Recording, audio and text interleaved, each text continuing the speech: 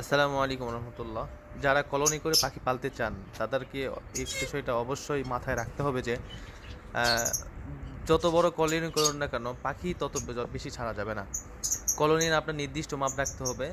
হ্যাঁ, 6x6 রাখলে সবচেয়ে বেটার হয় এবং সেই 6x6-এ আপনি সর্বোচ্চ 4 জোড়া পাখি রাখতে পারেন।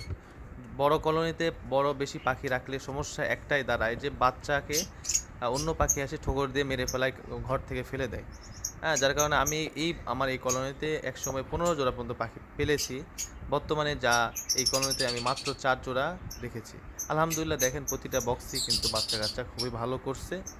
তো এই বিষয়টা যারা কলোনি করতে চান তাদেরকে বলবো যে আপনারা অবশ্যই কলোনি 6x6 করুন এবং দেখবেন যে সেখানে 4 জোড়া অথবা 5 জোড়া পাখি ছেড়ে দিন। দেখবেন যে ইনশাল্লাহ খুব ভালো রেজাল্ট করবে আশা করা যায়। আসসালামু আলাইকুম রহমতুল্লাহ।